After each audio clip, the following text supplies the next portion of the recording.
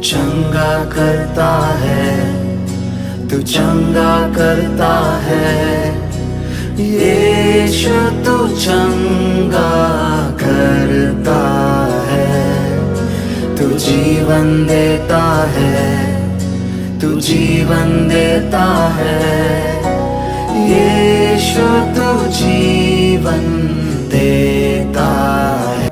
हम देखते हैं यशायाह नबी की पुस्तक उसका 63 का 10 और 11।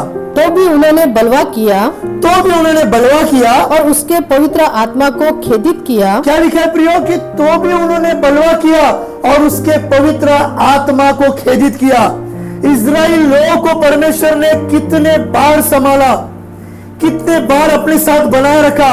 हर एक प्रकार के चिन्ह और चमत्कार के द्वारा परमेश्वर ने उनकी अगुवाई की, उन्हें भोजन दिया, उन्हें रहने के लिए घर दिया, उन्हें हर एक बीमारी से संभाले रखा।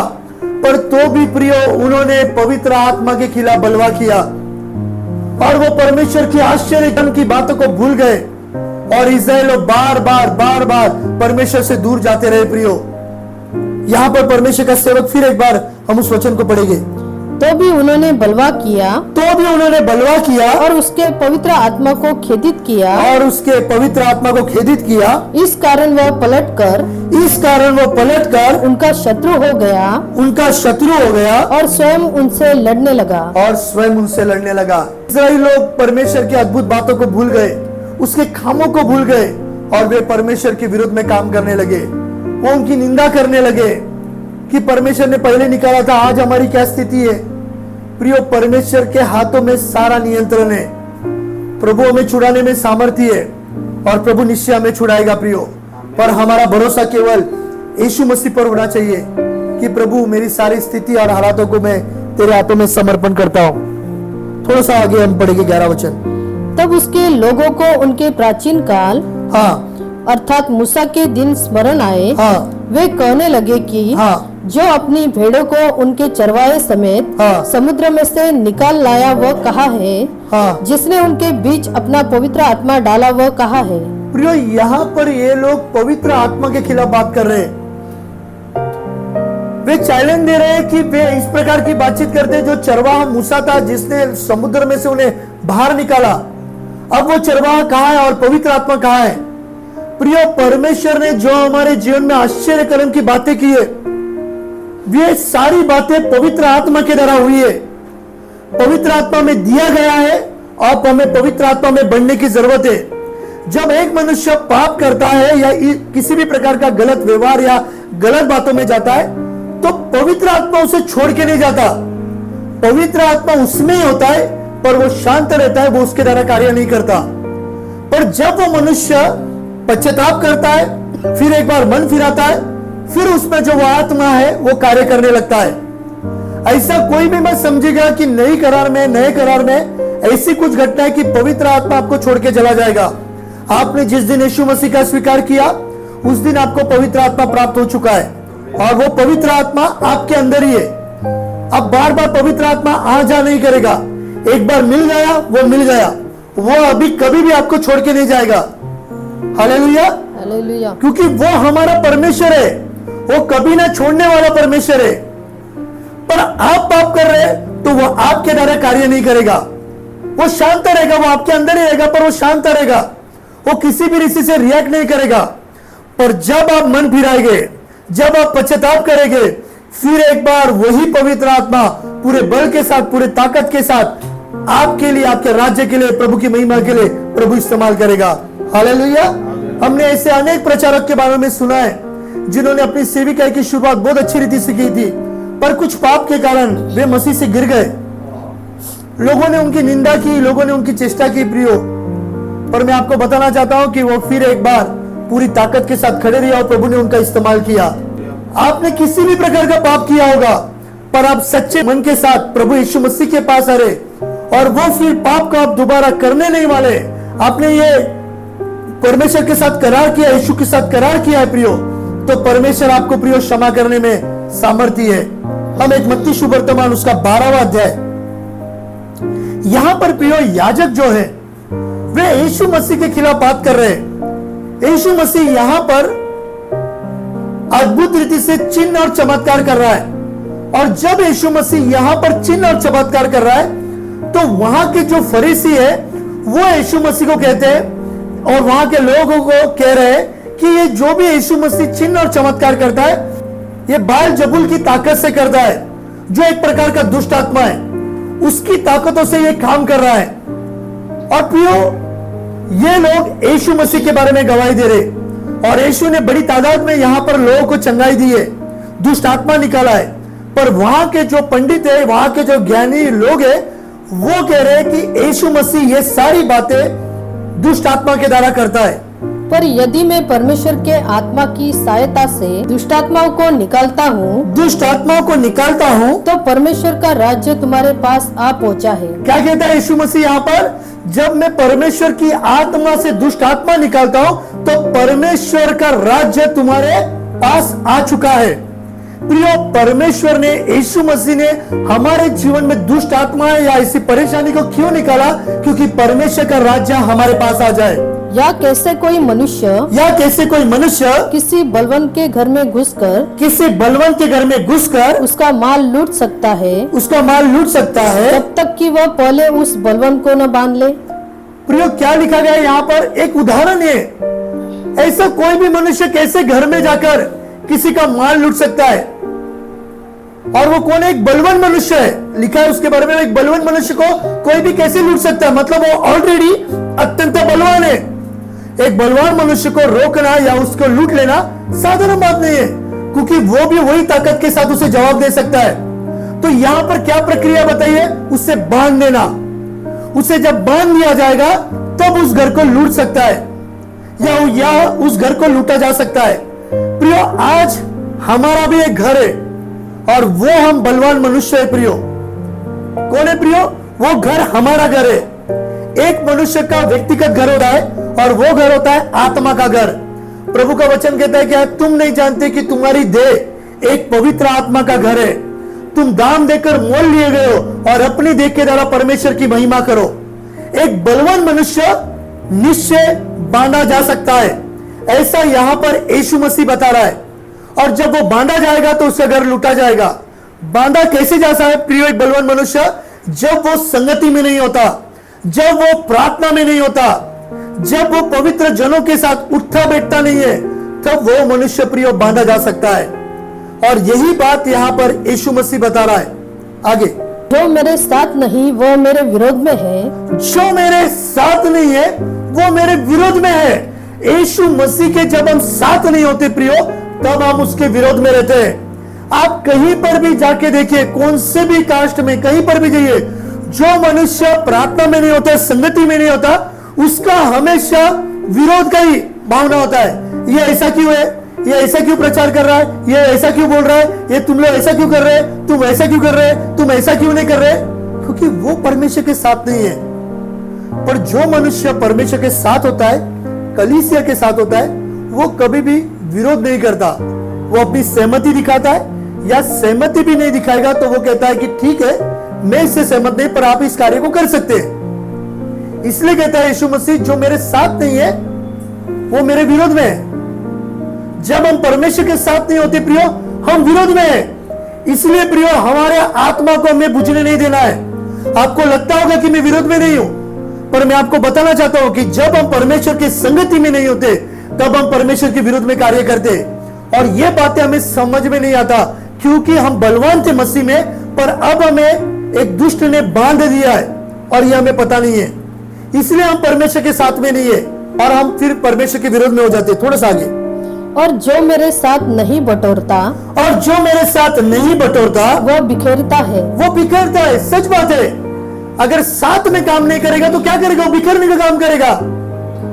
इसलिए प्रियो, हमें साथ में काम करना है। जब हम साथ में आएंगे, एक मन के साथ, एक विचार के साथ आएंगे, परमेश्वर के साथ हम बटोरने वाले हो जाएंगे। पर हम परमेश्वर के साथ नहीं है तो हम बिखरने वाले हो जाएंगे। इसलिए कलीसिया में प्रार्थना को आना बहुत जरूरी है प्रियो। 3 दिन यदि आप प्रार्थना से दूर रहे, केवल 3 दिन, आपका अपने आप पतन होने लगेगा। जूने विचार आपके शरीर में मंडराने लगेंगे, जूनी बातें आपको याद आने लगेगी, सिर्फ 3 दिन आप प्रार्थना न करने के द्वारा। और हमने ये पवित्र शास्त्र बाइबल में अनेक बार देखा है कि जब यीशु मसीह के चेले थे, यीशु मसीह मारा गया और उसे गाड़ दिया गया, चेले सब बिखर गए, तितर बितर हो गए, कोई इम्माउस में भाग गया, कोई यहां भाग गया, कोई वहां भाग गया। क्यों प्रियो? 3 दिन हो चुका था, यीशु मसीह उनके साथ नहीं था, वे बिखर गए प्रियो। फिर एक बार यीशु का आत्मा उनके बीच में आया है, वो तीसरे दिन जी उठा है। हालेलुया। वो अपने लोगों को उत्पत्ति से लेकर मलाकी तक की बातें चेलों को बताने लगा और उन चेलों को कहा कि जो भी बातें हमने यीशु ने हमें बताई, मूसा से लेकर मलाकी तक, उन सारे बातों को उसने हमारे सामने प्रकट किया और वे सारे बातें यीशु के बारे में थी। और उन्होंने जाके ये गवाही कहां पर दी? वो घर में एक माड़ी में बैठे हुए थे, वहां पर जाके उसने गवाही दी। और जब वहां पर गवाही दिया तो हमें वचन में ऐसा बताया जाता है कि फिर यीशु मसीह ने भी वहां पर अपने आप को प्रकट किया है। केवल प्रकट नहीं किया, उसने कहा थोमा से कि तू मुझ पर विश्वास नहीं करता, धन्य है वे लोग जो मुझ पर बिना देखे विश्वास करते हैं। हालेलुया। अपने हाथों को ले, मेरी पसलियों में डाल, मेरे हाथ के पाम में डाल और देख मैं ही वो जीवित परमेश्वर हूं। और प्रियो, थोमा वहां पर रोने लगा, परमेश्वर के पास जाकर पैरों पे गिरने लगा। प्रियो, हमें ऐसा प्रभु प्राप्त हो गया है जिससे को हमने कभी देखा नहीं, पर हमने उस पर विश्वास किया है कि वो हमें छुड़ाता है, उसकी उपस्थिति हमें प्राप्त होती है। और यही प्रियो पवित्र आत्मा का सामर्थ्य है कि जो हमें प्रज्वलित रखता है संगति के द्वारा। जब आप मसीहत में बने नहीं रहेंगे प्रियो, आप भी इम्माउस के समान यहां वहां भागने लगेंगे, आप यहां जाने लगेंगे, अरे यहाँ पर बहुत अच्छा प्रचारक है, अरे यहाँ पर बहुत अच्छी भविष्यवाणी होती है, अरे यहाँ पर बहुत चमत्कार होता है। आप प्रियो भागते भागते रह जाएंगे।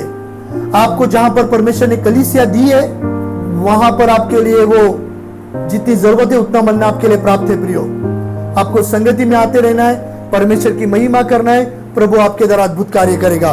थोड़ा सा आगे बढ़ते हम। जो कोई मनुष्य के पुत्र के विरोध में, जो कोई मनुष्य के पुत्र के विरोध में, प्रियो जब भी पवित्र शास्त्र में मनुष्य के पुत्र के विरोध में कहा जाता है तो ये बातें यीशु मसीह के बारे में। किसके बारे में? यीशु मसीह के बारे में। आगे, कोई बात कहेगा, कोई बात कहेगा, उसका यह अपराध क्षमा किया जाएगा, उसका यह अपराध क्षमा किया जाएगा। यीशु मसीह के बारे में अनेक लोगों ने विरोध किया पर उनका पापों की क्षमा की गई है। यहां तक के यीशु के प्रचार के बारे में खुद पौलुस भी कितने बार विरोध किया, कितने लोगों को मारा है उसने और कितने लोगों को बंदीगृह में डाला है, पर उसे क्षमा किया गया। प्रियो, केवल क्षमा नहीं किया गया पर प्रभु के राज्य के लिए उसका इस्तेमाल भी किया गया। हालेलुया।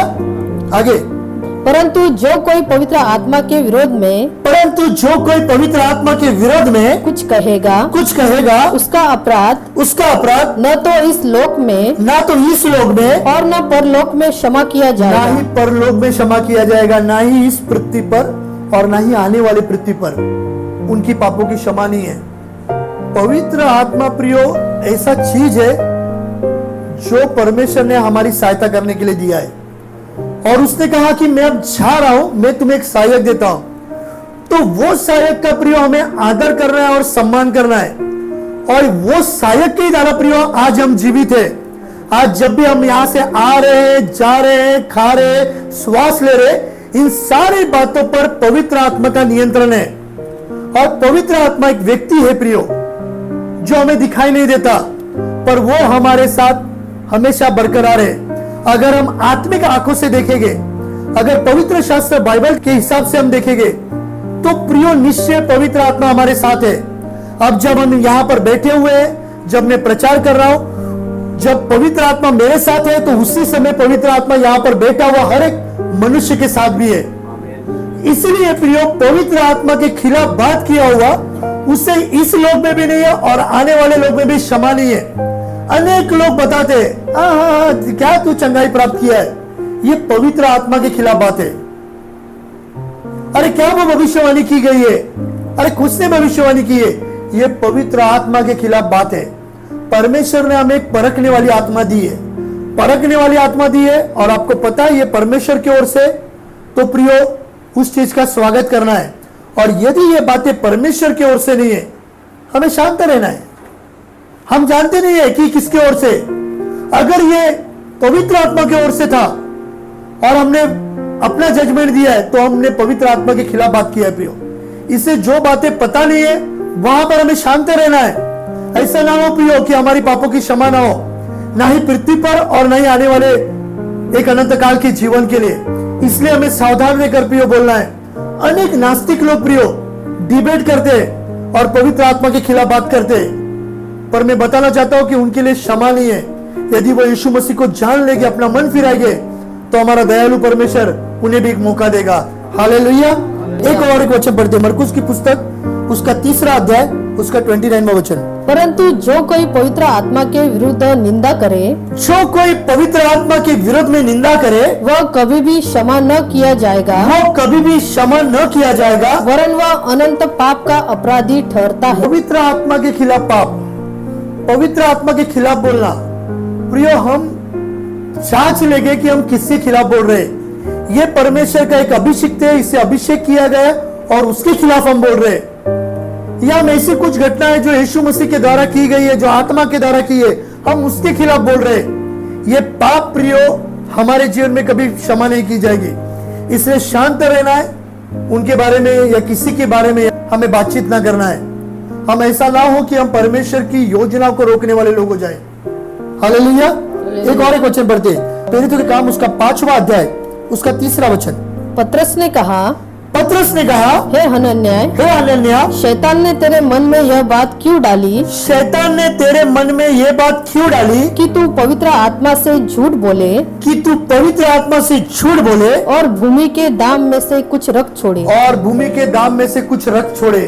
यहाँ पति पत्नी दंपति के बारे में, ये उनकी प्रॉपर्टी है, उनकी मालमत्ता है, पर पतरस कहता है कि तूने पवित्र आत्मा से झूठ क्यों बोला।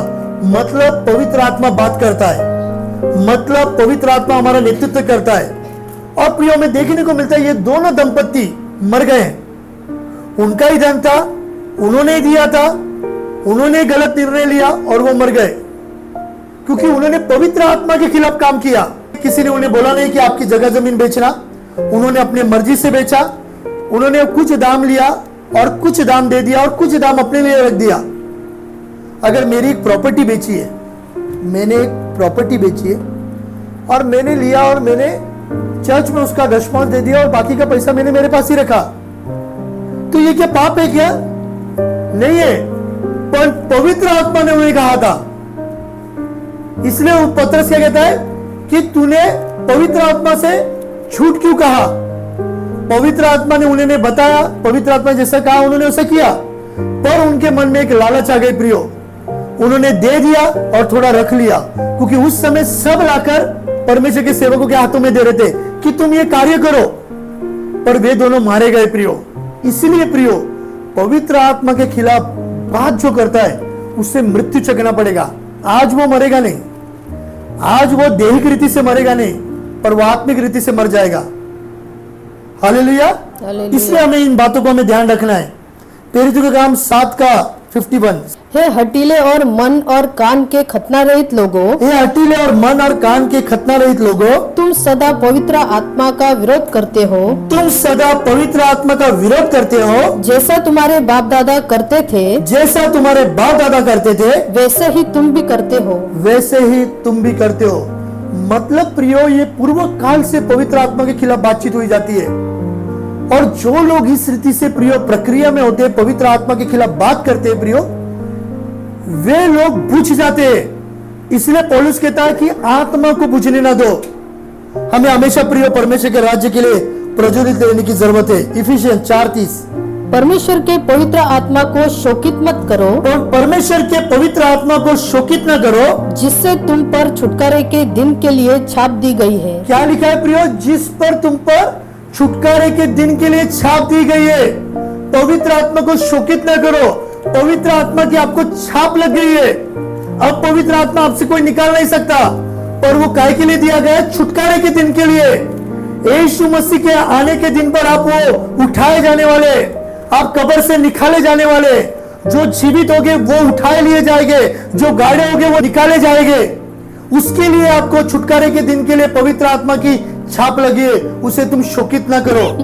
प्रियो, हमारे बर्ताव के द्वारा, हमारे बातचीत के द्वारा हमारा आत्मा बुझने लगता है और परमेश्वर हमारे द्वारा काम नहीं करके लेता। इसलिए अत्यंत एक पवित्रता का जीवन बिताकर हमारे देखने में, हमारे बोलने में, हमारे बातचीत में, कि जिसके द्वारा परमेश्वर की आग हमारे जीवन में लगी रहे, वो दिया जलता रहे, कि प्रभु की नाम की महिमा हो। पहला यूहन्ना 5:16 पढ़ेंगे। यदि कोई अपने भाई को ऐसा पाप करते देखे जिसका फल मृत्यु न हो। ये क्या लिखा है? यदि कोई अपने भाई को ऐसा पाप करते हुए देखे कि जिसका फल मृत्यु ना हो, मतलब ऐसा कुछ पाप किया है पर ये पाप ठीक है, इसके द्वारा उसकी आध्यात्मिक मृत्यु नहीं होने वाली है, तो क्या करे? तो विनती करे। तो विनती करे किसके पास? परमेश्वर के पास। उस भाई के लिए, उस बहन के लिए प्रार्थना करे। आगे, और परमेश्वर उसे उनके लिए जिन्होंने ऐसा पाप किया है जिसका फल मृत्यु न हो जीवन देगा। पर ऐसा भी पाप होता है जिसका फल मृत्यु है। इसके विषय में मैं विनती करने के लिए नहीं कहता। मतलब वो बता रहा है कि किसी ने पाप किया है और ये पाप के द्वारा उसकी मृत्यु नहीं होती है, तो आप उसके लिए विनती कीजिए, प्रार्थना कीजिए। पर ऐसा भी पाप है कि जिसका पाप का क्या है? दंड मृत्यु है। आप ऐसे पाप के लिए प्रार्थना भी मत कीजिए। समझ में आया क्या बता रहा है यहाँ पर यूहन्ना? कि ऐसा भी कुछ पाप होता है जिसका पाप का फल क्या है? मृत्यु है। और वो स्पष्ट यहाँ पर बता रहा है, उस पाप के लिए प्रार्थना भी मत कीजिए, पवित्र आत्मा के पास विनती भी मत कीजिए, क्योंकि उसके लिए किसी भी प्रकार का बचाव नहीं है। ऐसा ही लिखा है ना प्रियो? तो हमें सावधान रहना है प्रियो, कि मसीह जीवन में हम क्या देखते हैं, हम क्या बोलते हैं। कुछ ऐसे पाप है जिसके लिए विनती के लिए भी मौका नहीं है। क्या हमारे से ऐसा पाप हो रहा है? क्या हम ऐसे पाप में जा रहे हैं? तो प्रियो, हमें मन फिराना है, हमें पश्चाताप करना है, अपने आप को तैयार करना है कि प्रभु, मेरे ऐसे कुछ पाप अत्यंत भयानक हो गए, तू मुझे क्षमा कर, तेरे ओर ले, तेरे निकट ले, कि जिसके द्वारा तेरे राज्य के लिए मैं फिर एक बार तैयार किया जाऊं। 17वां वचन। सब प्रकार का पाप अधर्म तो है, परंतु ऐसा भी एक पाप है जिसका फल मृत्यु नहीं। ऐसे कुछ पाप हो सकते हैं अधर्म के हमारे जीवन में, पर उसके द्वारा हमारी मृत्यु नहीं होगी। तो इसका मतलब क्या हमें पाप करते रहना है? नहीं प्रियो, हमें विनती करना है, हमें परमेश्वर के बाद विनती करना है, विनती करना है, हमें प्रार्थना करना है, मन फिराना है, कि जिसके द्वारा प्रभु की नाम की महिमा हो जाएगी।